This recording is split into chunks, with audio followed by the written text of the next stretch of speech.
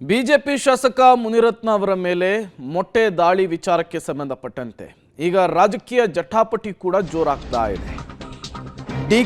DK Suresh ವಿರುದ್ಧ ನೇರಾನೇರವಾಗಿ ಆರೋಪವನ್ನ ಮಾಡಿದ್ದಾರೆ ಬಿಜೆಪಿಯ ಶಾಸಕ ಮುನಿರತ್ನ ಅವರು. ಇದು ಕಾಂಗ್ರೆಸ್ ಷಡ್ಯಂತ್ರ ಅಂತ ಹೇಳಿ ಮುನಿರತ್ನ ಅವರು ಆರೋಪವನ್ನ ಮಾಡಿರುವಂಥದ್ದು.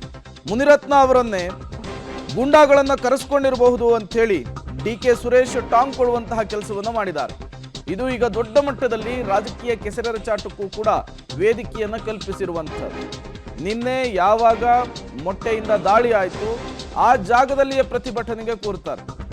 ನನ್ನ ಜೀವಕ್ಕೆ ಸಂಚಕಾರ ಇದೆ, ಬೆದರಿಕೆ ಇದೆ.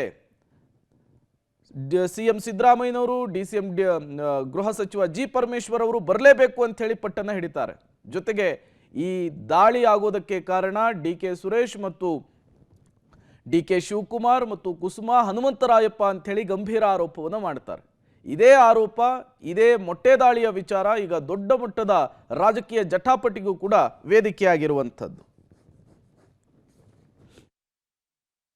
ಕುಸುಮನ್ನ 2 ಸಾರಿ ಸೋಲಿಸಿದ್ದಾನೆ, ಇವನು ಜೀವಂತವಾಗಿರಬಾರ್ದು ಅಂತೇಳಿ ಕೊಲೆ ಮಾಡೋಂಥ ಪ್ರಯತ್ನಗಳು ಸುಮಾರು ನಡೀತಾನೆ ಇದೆ. ಇವತ್ತು ಅದರಲ್ಲಿ ಆಸಿಡ್ ದಾಳಿ ಮಾಡಬೇಕು ಅಂತ ಮಾಡಿದ್ದಾರೆ. ಹೌದು, ಕೋಳಿ ಮೊಟ್ಟೆ ಒಳಗಡೆ ಆಸಿಡ್ ತುಂಬಿ ಆಸಿಡ್ ದಾಳಿ ಮಾಡ್ತೀವಿ ಅಂತೇಳಿ ಈಗಾಗಲೇ ನನಗೊಂದು ವಾರದಿಂದ ಹೇಳ್ತಾನೆ ಇದ್ರು. ನೀನೆಲ್ಲನ ಹೊರಗಡೆಗೆ ಬಂದರೆ ಡಿಕೆ ಶಿವಕುಮಾರ್ ಹೇಳಿದ್ದಾರೆ, ಡಿಕೆ ಸುರೇಶ್ ಹೇಳಿದ್ದಾರೆ. ನೋಡಪ್ಪ, ನನಗೆ ಯಾರೂ ಗೊತ್ತಿಲ್ಲ, ಏನು ಗೊತ್ತಿಲ್ಲ. ಸುಮ್ಮನೆ ನಾನು ನೆನೆಸ್ಕೊಳ್ಳಿಲ್ಲ ಅಂದರೆ ಯಾರಿಗೂ ಸಮಾಧಾನ ಇಲ್ಲ. ನನ್ನನ್ನು ಕೊಲೆ ಮಾಡಿ ಡಿಕೆ ಶಿವಕುಮಾರ್, ಡಿಕೆ ಸುರೇಶ್ ಕುಸುಮನ್ನ MLA ಮಾಡೋದಕ್ಕೆ ಇಷ್ಟೆಲ್ಲ ಕಷ್ಟಪಡ್ತಾ ಇದ್ದಾರೆ. ನೀನು ರಾಜೀನಾಮೆ ಕೊಡಬೇಕು, ಇಲ್ಲ ಅಂದರೆ ನಿನ್ನನ್ನು ಕೊಲೆ ಮಾಡೋದ್ರೂ ಸರಿ, ನಾವು ಎಲೆಕ್ಷನ್ ಮಾಡ್ತೀವಿ ಅಂತ ಈಗಾಗಲೇ ಹೇಳಿದ್ದಾರೆ. ಅವರೇ ಗೂಂಡಾಗಳನ್ನ ಬಿಟ್ಟು ಈ ರೀತಿ ಗಲಾಟೆ ಮಾಡಿಸಿ ನನ್ನ ಮೇಲೆ ಆರೋಪ ಹೊರಿಸುವಂತ ಪ್ರಯತ್ನವನ್ನ ಮಾಡ್ತಾ ಇದ್ದಾರೆ.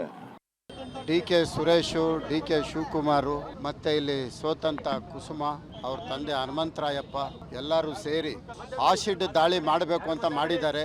ಆಸಿಡ್ ದಾಳಿ ಉರಿತಾ ಇದೆ. ಪೊಲೀಸ್ನವರು ಸಂಪೂರ್ಣವಾಗಿ ನನ್ನನ್ನು ರಕ್ಷಣೆ ಮಾಡ್ಕೊಂಡಿದ್ದಕ್ಕೆ ಇವತ್ತು ಕೊಲೆ ಆಗೋದು ತಪ್ಪೋಗಿದೆ. ಮೊಟ್ಟೆ ಎಷ್ಟಿದ್ದಾರೆ ಅಂತ ಗೊತ್ತಿದೆ, ಯಾರು ಅಂತ ಗೊತ್ತಿಲ್ಲ. ಇಬ್ಬರು ಮೊಟ್ಟೆ ಎಷ್ಟಿದ್ದಾರೆ ಅಂತ, ಅವ್ರು ಯಾವ ಪಾರ್ಟಿಗೆ ಸೇರಿದ್ದಾರೆ ಅನ್ನೋದು ಗೊತ್ತಿಲ್ಲ.